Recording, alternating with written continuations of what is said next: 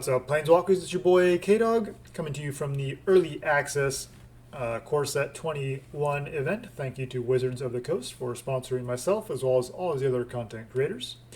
So this is one of a few decks I put together. A couple of them revolved around Idol of Endurance. So the other one was a Abzan list. I'm not really sure which order I'm going to post these in. This one I am playing second in the Early Access event, but we'll see how it goes and kind of figure out from there where I post this. So it's kind of a rough draft. However, we do got some sweet new cards here. Idol of Endurance is kind of the main build around. It's kind of similar to a Lurrus effect, which we're also running. It's a 3-mana artifact. It's not legendary. 2 in white. When it enters the battlefield, exile all creature cards with mana cost 3 or less from your graveyard until Idol of Endurance leaves the battlefield. You can pay 1 white, tap it to until end of turn. You can cast a creature spell from among the cards exiled with Idol of Endurance without paying its mana cost. So you still have to play it on your turn because you're casting the creature, but you don't have to pay for it. So basically, it kind of gives you, a free creature out of it. So also running a couple of copies of Bastion of Remembrance. So we're kind of in an Orzhov sacrifice build. That's what the direction we're going to go in this one. Just in 2 copies because Idol is a 3-drop, Lurrus is a 3-drop, and sacrifice decks are pretty low on the curve. Lots of 1 and 2 drops that are pretty key. So we want to keep it to a minimum. We do have things like Cruel Celebrant, of course, which have this similar effect. But Bastion of Remembrance just kind of allows you to kind of double up on that, while also making a 1/1 at the same time. So obviously Cruel Celebrant's a better card, but this is kind of copies for 5 and 6 of Cruel Celebrant basically. And so 3 copies here of Lurrus. Just a reminder, we're not playing it as our companion. We're just playing it here in the main because companions are nerfed, and it doesn't work with our 3 drops. Obviously, Idol of Endurance would not be playable if Lurrus was your companion. So we'll ignore that section. A 3/2 life linking for 3 mana is pretty reasonable. And during each of your turns, you can cast 1 permanent spell with mana cost 2 or less from your graveyard. So that's another reason to kind of keep the focus on 1 and 2 drops. And so we're not running too many 3 drops and no 4 drops. So our curve tops out at 3. So we do have some pretty... Orzhov does give you some pretty nice removal options. You do have Dire Tactics, since a lot of our creatures are humans or can make humans. So 2 copies there to instant speed, exile target creature. Also making room for, it's a best of 1 list, so we're going to run Despark here in the main. You could just run, obviously just 4 Dire Tactics and be fine.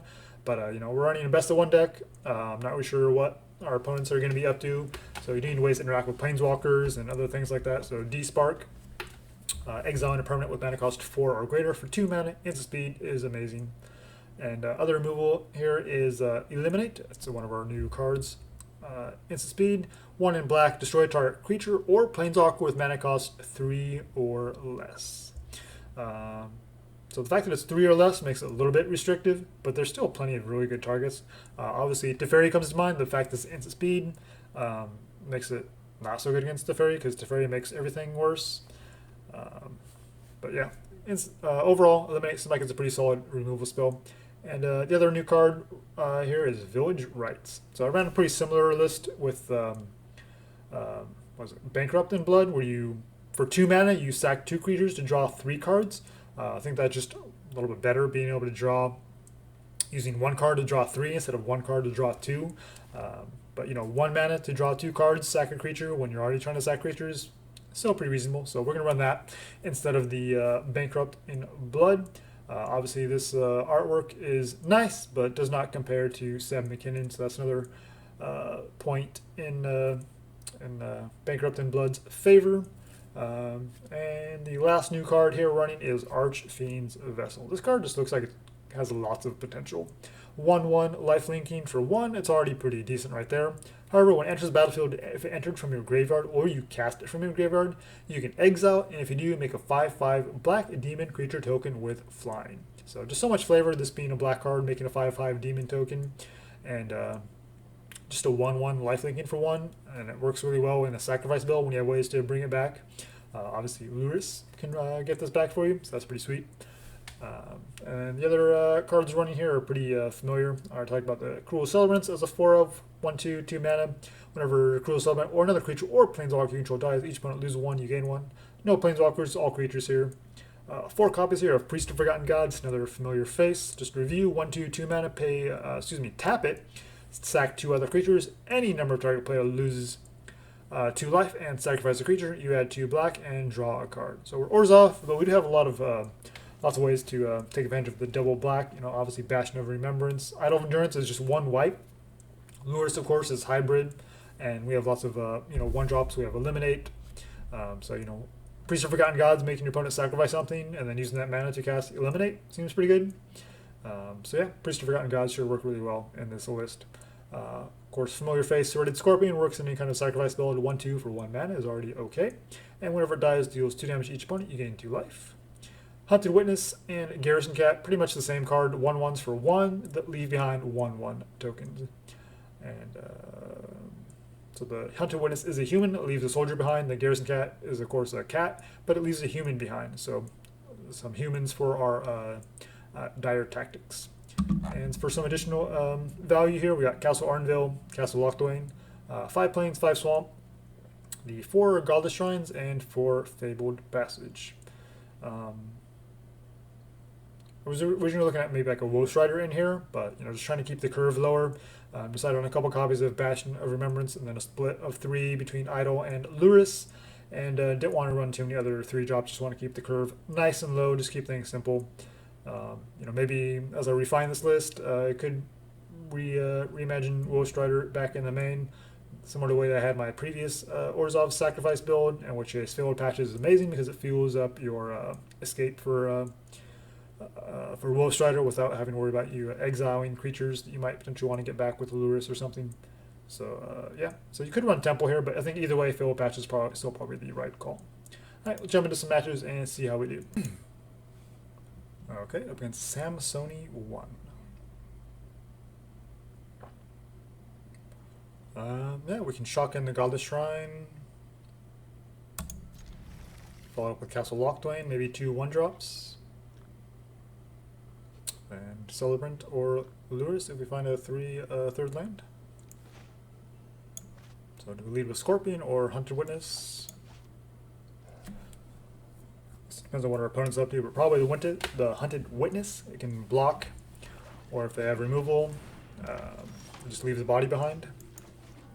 So they're playing Archfiend's Vessel as well, so this could be interesting. Let's see who draws better. Okay, Rakdo's version. Wow, Crashing Drawbridge. That's some jank right there. Priest doesn't really do much because they can just sack their drawbridge, but maybe that's not terrible. But most likely they just sack their Archfiend Vessel. I'm sure they want that in their graveyard so they can do cool stuff with it. So I'm going to have to kind of play this a little bit carefully. But at the same time, we still need to play our deck. Okay, so Eliminate and call the Death Dweller into the yard. There's a 3rd land. Lurrus isn't amazing here, but it is mana efficient. We could Priest and then try to activate next turn. They have good fodder though with the Archfiend. But it still might be our best play just so we have more options next turn. Priest, Lurrus doesn't really do much, so even though it's not efficient, I think we just want to drop our Priest just to give us more options next turn. And we'll just kind of hold up. Here we don't have good attacks. We do need to kind of use these sacrifice triggers to kind of clear the board. So I think we Cruel Celebrant next turn and then potentially activate our Priest. And once we find mana, then we could Lurrus into getting one of these back. Whatever we sacrifice. And Dreadhorde Butcher. So we still have some pretty decent blocks here. Fabled Passage. There we go. I mean, we have a Swamp House. I guess we have a Plains. Doesn't really matter too much. We're in a pretty good spot mana-wise.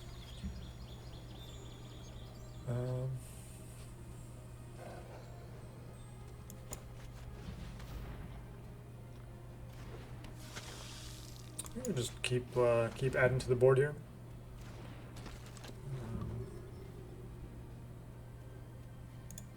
Just pass and probably Priest on their turn. See what we draw into.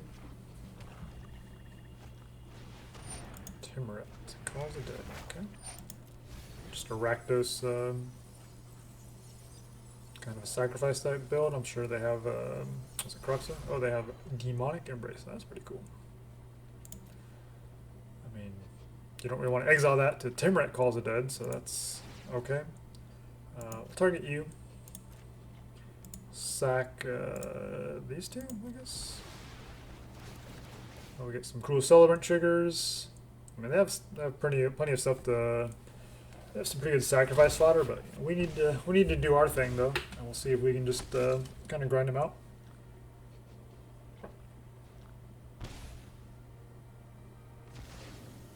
Okay, there goes the Archfiend Vessel. Yeah, we drew a land, so we can't do anything with that mana. Another land. Let's crack Fabled Passage to thin the deck some more. We have a swamp, so I guess we grab another plains. And we don't have good attacks, so we'll just play Lurrus. And Scorpion, I guess. Seems pretty good. And with just a swamp in hand, yeah, I think we'll just kind of keep playing it slow. Fiend Artisan, okay.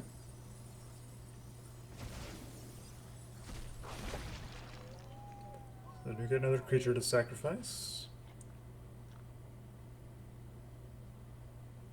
But either way, they're going to get a 2/2 thanks to Timeret, so I don't think the timing on Priest matters too much here.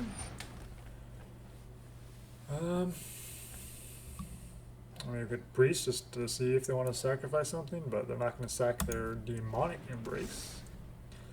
They can swing 4 here, that's pretty cool. Don't have a way to deal with that yet. We have our own Eliminate, so that could be a pretty useful draw. I mean, I guess we can Priest and see if we draw into something like that. So let's try it. Sack you and you.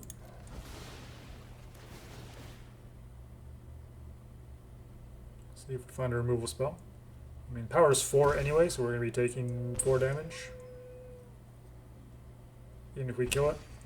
Unless they want to direct it to a Priest or Cruel Celebrant or Lurrus. It doesn't seem very good. Oh, they do want to sacrifice it. Okay. We drew a Lurrus. They target Lurrus. That's interesting. Well, let's do the thing.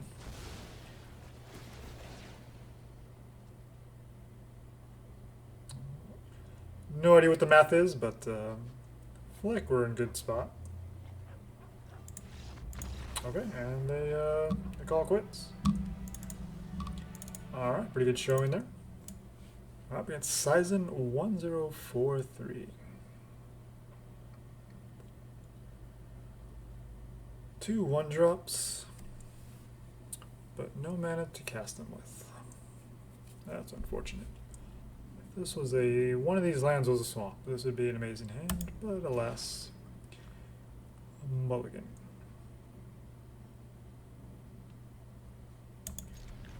Okay, we'll lose the Fabled Passage. We can Plains into Cat. And next turn we can Garrison Cat. And then do we want to shock in for Village Rites? Just to draw some cards. We want to get our Cruel Celebrant down first. Our opponent is eyeing our cat pretty heavily, so they might have some removal.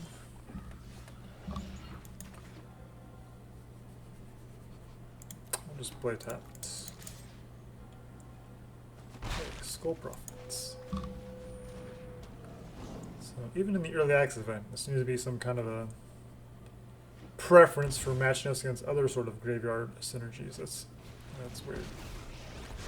Tamiyo with an empty graveyard.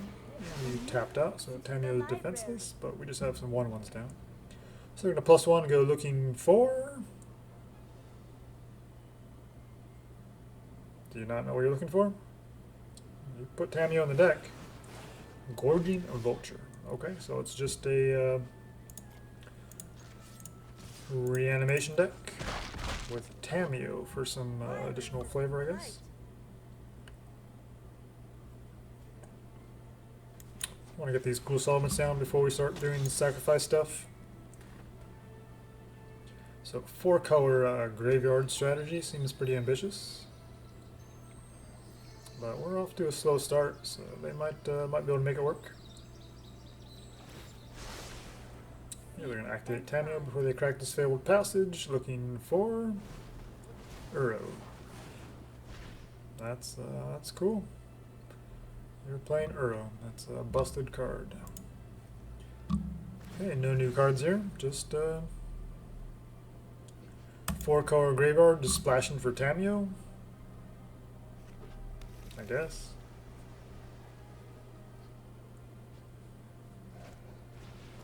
Yeah, you can get into the Uro thing.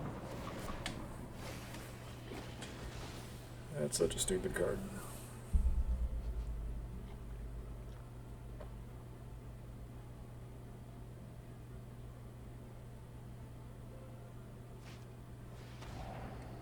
Tap out again for discovery. And we're just running 1/1s here. But we hit them for a 3 at least. Try to pressure this Tamiyo. Filling up their graveyard nicely so they can escape Uro at some point. Let's see. Mana-wise, do they have what they need? Let's see. They have blue, blue. And they have green, green. So yes, they can escape. Thanks to Skull Prophet.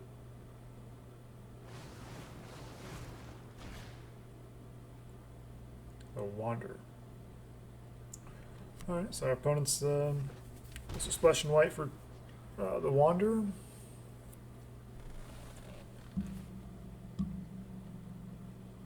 Yeah, pretty cute Command the Dreadhorde deck. Still no new cards though. No new cards. Looks like they have the command. Already running through their graveyard. Nope, they're just escaping. That'll slow down our attack. Let them do the Tamiyo stuff. So we're not in a good spot here. I mean, you could potentially kill them with Celebrant triggers, maybe. But with this Uro getting them 3 life, that's it's gonna be a rough task. And Tamiyo digging for whatever they need. Gorging Vulture's been a popular search. Mire Triton gaining them a bunch of life. I mean, we've just been stuck on 2 lands. And without a way to apply any pressure, without a priest, any of those engines to kind of help us go off. There's another 3 drop. Alright, do I want Bastion here? Probably just want more creatures. Probably just want more creatures.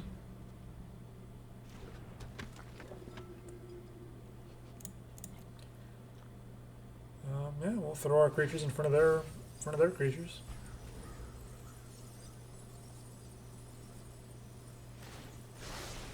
So apparently this person did not get the memo. This is a Core 21 early access event. They're just playing all the familiar cards here. Nothing new so far. And they've gone through over half their deck. Unless I missed something. That's 27 cards left. We've seen 0 new cards.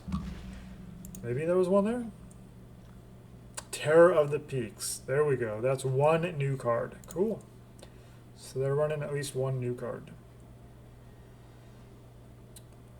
No red in their deck, so I guess Command the Dreadhorde is... Okay. You do you, buddy.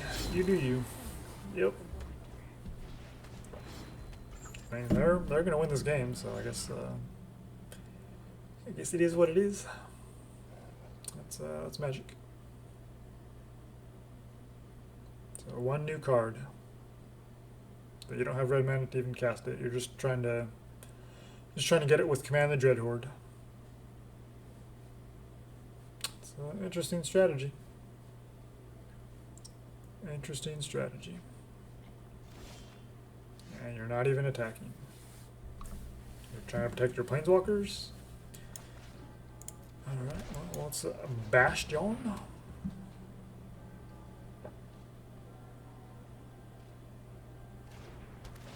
And holding party here just for fun. Doesn't matter what we sacrifice. I mean, I guess the cats leave something behind, so we'll go with that.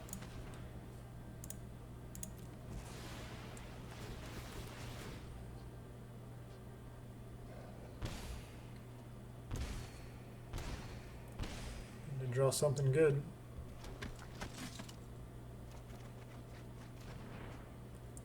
Those are reasonable draws. Did not have a good attacks whatsoever. Not with an Uro out. Basically, they already have a Command the Dread Horde. They're just trying to be greedy and fill up their graveyard as much as possible. I mean, Wanderer means they don't take damage, so they're just gonna probably get to the bottom of their library and then do the thing. Okay, Liliana, that's a new card. Liliana and Terror of the Peaks you cannot naturally cast. And Teferi just to be annoying, I guess. Okay. Well, here comes the Command the Dread Horde, and you're just gonna make a million creatures and planeswalkers without taking any damage.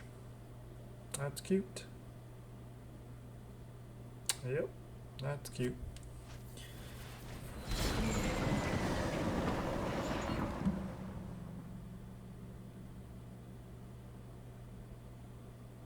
I believe that triggers the Terror of the Peaks as well.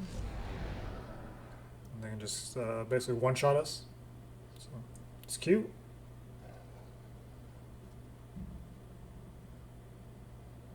The game is struggling to process what just happened there. But yeah, we'll see. We'll see how much damage they do.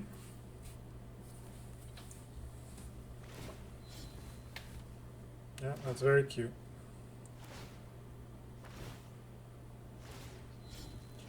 You did the thing. Congratulations, Sizen 1043. You did it. 2 new cards.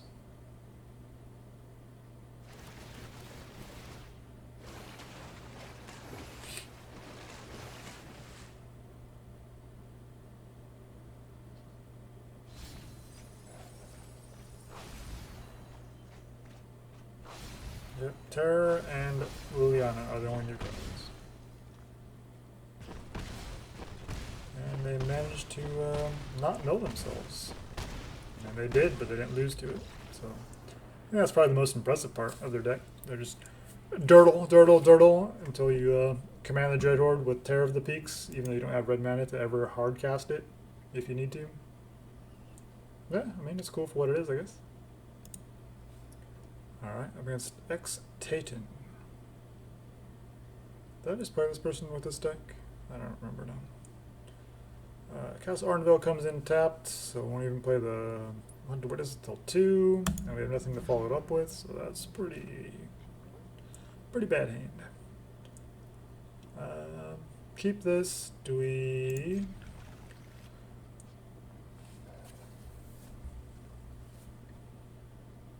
Do we keep Lurrus and Idol? I guess Lurrus is the better card. Idol's a new one though. Let's keep Idol. Why not? I'm sure it's not the right call, but we're going to keep Idol. It's a new card. So we have Archfiend's Vessel into Priest, and see where we go from there.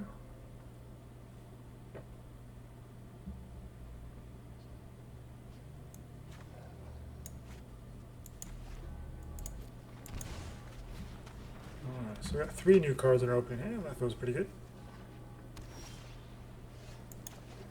And nothing on turn 1 from our Kahira opponent, so we'll go and drop our Priest. Well, if nothing else, we can play Priest and activate the first one. We'll just draw a card, which feels pretty good. Yeah, I think we want to get rid of that Pride Mate. So activate.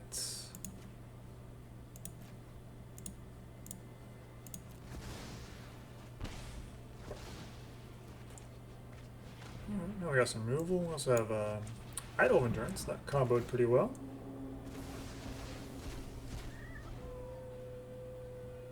Yeah, I don't think Archfiend works with Idol though. The way it's phrased, I don't think that works. Pride Milking. That's a pretty interesting new card. Yeah, we'll exile you. And attack one. So we'll just try to keep their board clear and hope we find some cool stuff. This idol isn't really doing much. That's a good reason not to run 4 copies. Feline Sovereign is obviously could be a problem. Okay, there's a land. We'll activate. Do you want Priest or Archfiends? I guess Archfiends.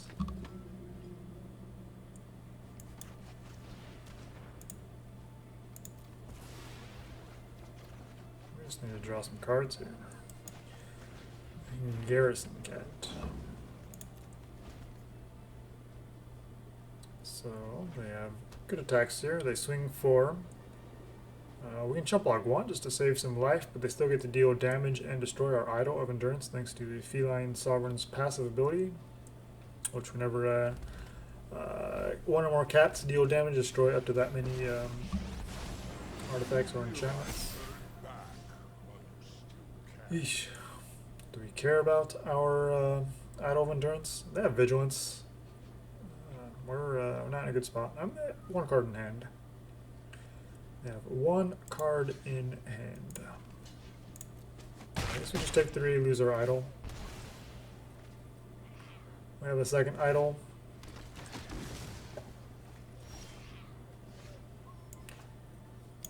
Let's passage first.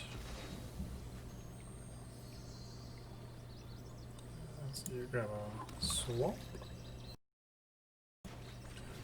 Well, Hunted Witness. Priest.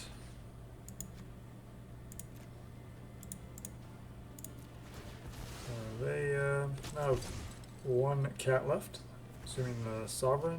Yep. Bastion of Remembrance is a pretty good draw here. It's Idle. And we have 3 mana still to Bastion if we want, but yeah, I think we just want to keep. Let's play our own cat.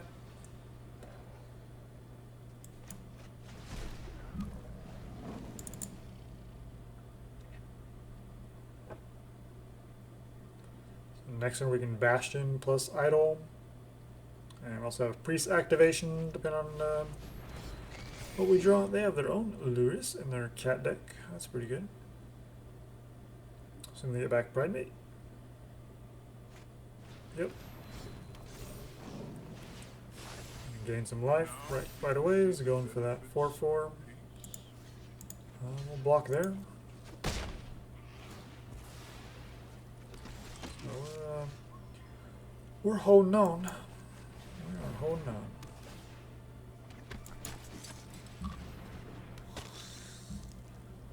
And we got 2 black, so we can't activate Idol. If we did that differently, maybe we could have done all the things, but I think we're just going to go to blocks and then Priest on their combat phase. Not sure what they sacrifice. I guess Charm Stray. Yeah. Just keep looping that with Lurrus. Maybe it would have been better to Priest before, but I think I'd rather take the chump blocks and then do the sacrifice. Whatever we throw in front of Lurrus so they don't gain life.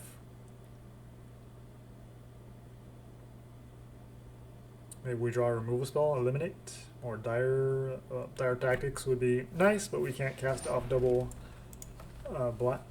Okay, so we're gonna sack whatever 2 things we throw in front of the Cubwarden and Lurrus. We will sack those to Priest. But yeah, they're going super wide. They got a ton of life gain. We don't have a way to deal with wide board states here, so we're pretty much dead. But we'll play it out, let them do do the thing. Okay, we line that up right.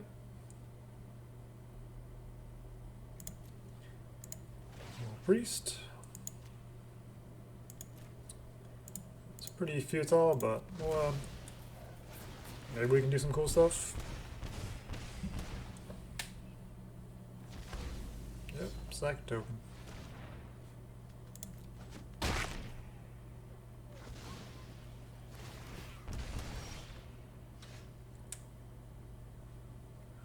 Godless Shrine. That's not what we were looking for.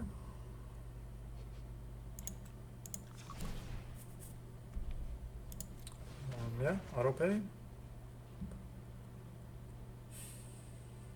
Don't think it matters too much. Probably the Hunter Witness because it leaves the body behind.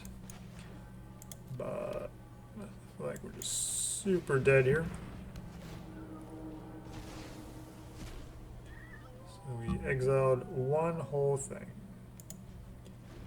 Yeah, I mean we could probably survive one more turn, but without a way to clear this board, there's literally nothing we can do.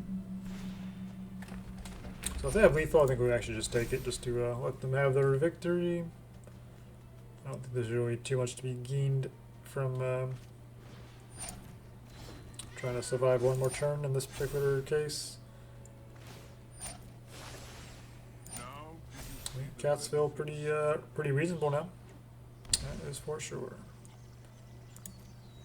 And they're so 8. Yeah, that's got to be lethal, right?